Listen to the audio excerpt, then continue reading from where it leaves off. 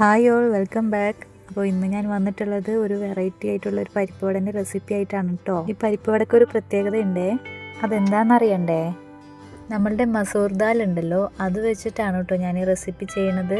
നമ്മൾ സാധാരണ നമ്മളുടെ വലിയ പരിപ്പ് വെച്ചിട്ടാണല്ലോ പരിപ്പ് വട ഉണ്ടാക്കിയത്. ഞാനൊരു വെറൈറ്റി ആയിട്ട് ചെയ്ത് നോക്കിയതാണ്. അപ്പം റെസിപ്പി ഫുള്ളായിട്ട് സ്കിപ്പ് ചെയ്യാതെ എല്ലാവരും കാണണം കേട്ടോ. റെസിപ്പിക്ക് വേണ്ട സാധനങ്ങളൊക്കെ ഞാനിവിടെ റെഡിയാക്കി വെച്ചിട്ടുണ്ട് കേട്ടോ ഓൾറെഡി. അപ്പം നമുക്ക് അതൊക്കെ ഒന്ന് ഓരോന്നോരോന്നായിട്ട് ഞാൻ പറഞ്ഞു തരാവേ. ഞാനൊരു അരമുക്കാൽ മണിക്കൂറോളം മാത്രമേ കുതിർത്തി വെച്ചിട്ടുള്ളൂ. ഈ പരിപ്പ് അപ്പം തന്നെ നല്ല സോഫ്റ്റായിട്ട് കിട്ടിയിട്ടുണ്ടായിരുന്നേ, നല്ലോണം പൊന്തി വന്നിട്ട് ഞാൻ നേരെ അതൊരു മിക്സിൻ്റെ ജാറിലോട്ട് ഇട്ടിട്ട് ഒരു സവാള അരിഞ്ഞതും, പിന്നെന്താ നമ്മുടെ ഒരു ചെറിയ പീസ് ഇഞ്ചി, പിന്നെ എരിവിനനുസരിച്ചുള്ള പച്ചമുളക്. ഞാനിവിടെ ഒരെണ്ണം എടുത്തിട്ടുള്ളൂ, കാരണം മക്കൾക്ക് എരിവൊന്നും പറ്റില്ല എന്നറിയാലോ. പിന്നെ ആവശ്യത്തിനുള്ള കറിവേപ്പിലയും കൂടെ ചേർത്തിട്ട് കുറച്ച് ഉപ്പും കൂടെ ചേർക്കുക. എന്നിട്ട് നന്നായിട്ടല്ല, കുറച്ചൊന്ന് ക്രഷ് ചെയ്തെടുക്കുക കേട്ടോ. നിർത്തി നമ്മൾ പൾസ് ചെയ്യില്ല, അങ്ങനെ വേണം ചെയ്തെടുക്കാൻ കേട്ടോ.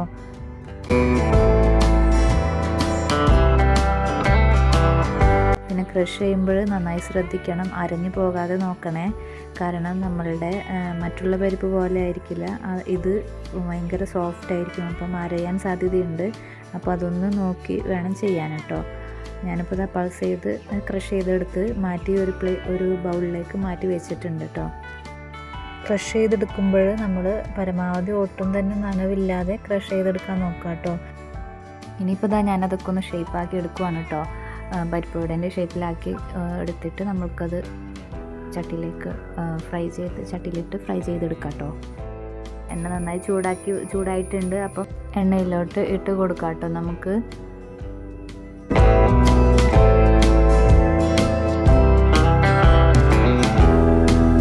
3-4 പ്രാവശ്യമായിട്ട് നമ്മളത് മറിച്ചിട്ട് കൊടുക്കണം കേട്ടോ ഇടയ്ക്കിടയ്ക്ക്.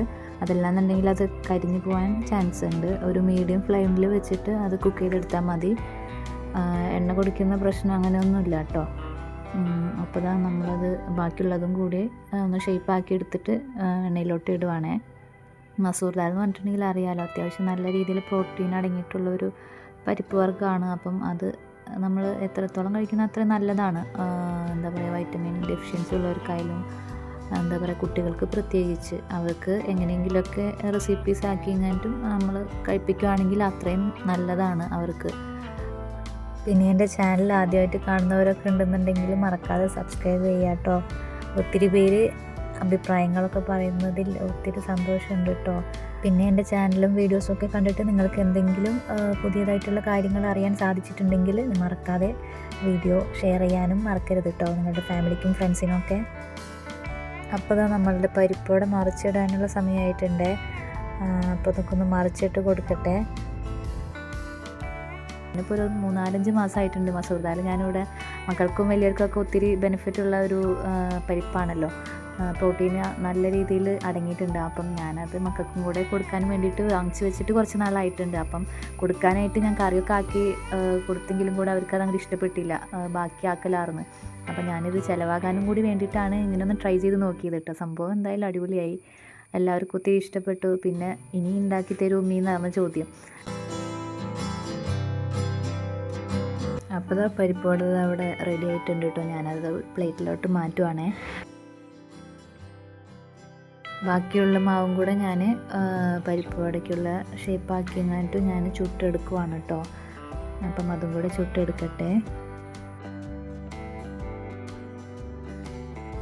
അപ്പം മസൂർ ദാൽ വെച്ചിട്ട് ഇങ്ങനൊരു റെസിപ്പി ട്രൈ ചെയ്ത് നോക്കാത്തവരുണ്ടെന്നുണ്ടെങ്കിൽ ഉറപ്പായിട്ടും ട്രൈ ചെയ്ത് നോക്കുക, എല്ലാവർക്കും ഇഷ്ടപ്പെടും കേട്ടോ. ഇതുപോലുള്ള അടിപൊളി റെസിപ്പീസൊക്കെ ആയിട്ട് ഞാൻ ഇനിയും വരാം കേട്ടോ. അപ്പോൾ ഇനി നെക്സ്റ്റ് ഒരു വീഡിയോയിൽ കാണുന്നത് വരെ ബൈ.